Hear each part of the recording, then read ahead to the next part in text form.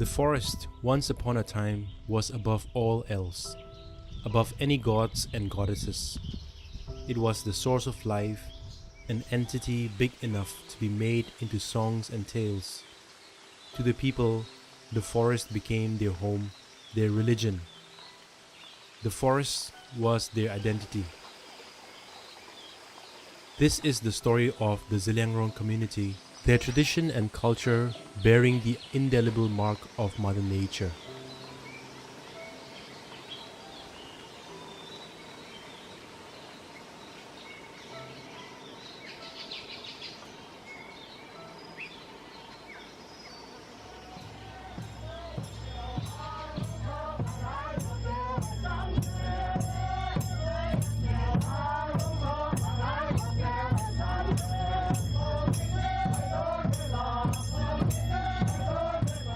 Ethnographic research on the culture and the tradition of the Zeliangrongs, like any other community, will first bring you to the establishment of a settlement.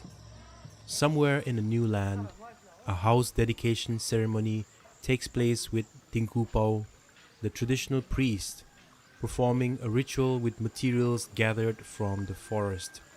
Nguangbang for prosperity, Terabang Puan-Mei, and Tabang-Puan-Mei against any ill omen, Pungring denoting youth.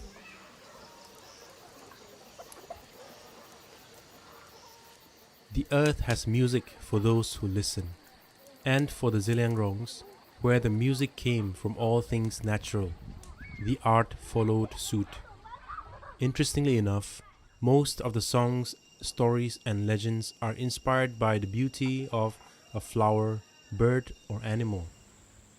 Nature meets art and culture in the form of ingenious musical instruments such as the ox skin nkwang, drum, simtuai cymbal, made from metal sourced from the riverside, stringed wooden instrument nra. As the notes escaped the ntao, legends got created in verses. Similarly, Zeliangrong handloom also takes big inspiration from the forest. The colors, motifs, patterns, they all were woven stories, stories inspired by nature and man's relationship with the environment.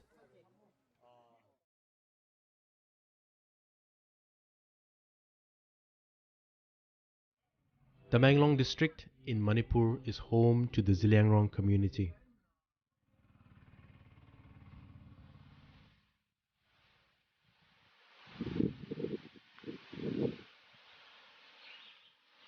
Approximately 30 kilometers away from Tamenglong is the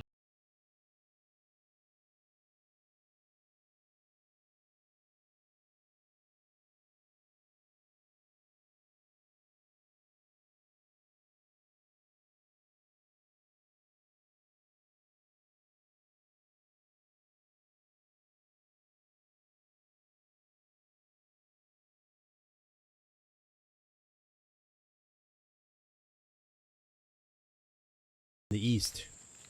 It is also home to the Rongmei tribe. To the Rongmeis, conserving forests is a way of life.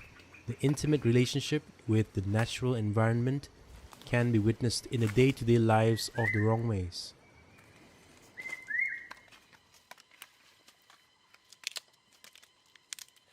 The Rongmeis identified their pristine forest as sacred groves, locally known as Rengan. The aim was to try and keep these pristine grounds far from exploitation.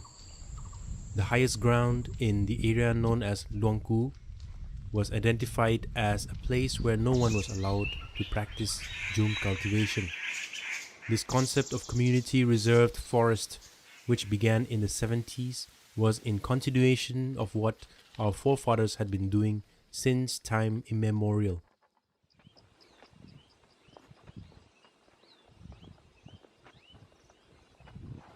Dailong mai horizon jo thami he rai nong pupao nong na ngao na bam tong e kum se ki lao roi khon na ngao de do ngao go thai kum ti wi jang khon na ka sham su khang reng rui di khoi lo ni cho Hang the Buhroloni so to me, the Halana, Nam Dong, authority in the Korean Laluson Salmon, taking Bangazo, Damaten, okay, do me, Larian, come on, Nam Dong, General Meeting, 1965 Jang, Resolution Kailo. Resolution Kailo is a kid, Lauroni Mirina Capom, probably me, no, Probably Lauroni so to me, Canoe Long Poma, Tanna, Lena Royot. By my come to the line is in the open guide to me, Ram, the being him that how I go to. I do a jungle way, Joe it to me, low Kaira me to come is a kid, one tongue like me to night, being him of that, bought out and a Namrai Pang Nana, don't be tongue, hell lang to Joel Hold and allow that. Then development was not something people perceived as a threat to the forest, but with time came the threat of expansion, illegal logging, and excessive hunting and poaching, to name a few. It became imperative to save what they called home. The Manipur government in May 2017 declared Dailong village as a biodiversity heritage site due to the presence of the Indian wild orange, the parent species of present-day orange.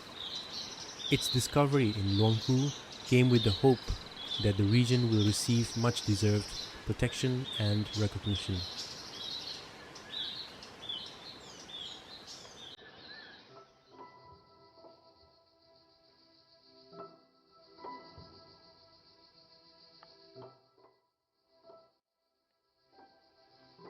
We have come a long way from dependency on the forest for survival to the commercialization of the same resources.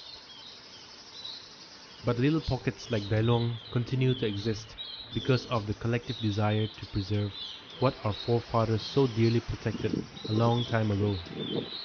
The forest is our cultural heritage. It is in our songs, stories, and art. It is our identity. Losing this heritage is not an option.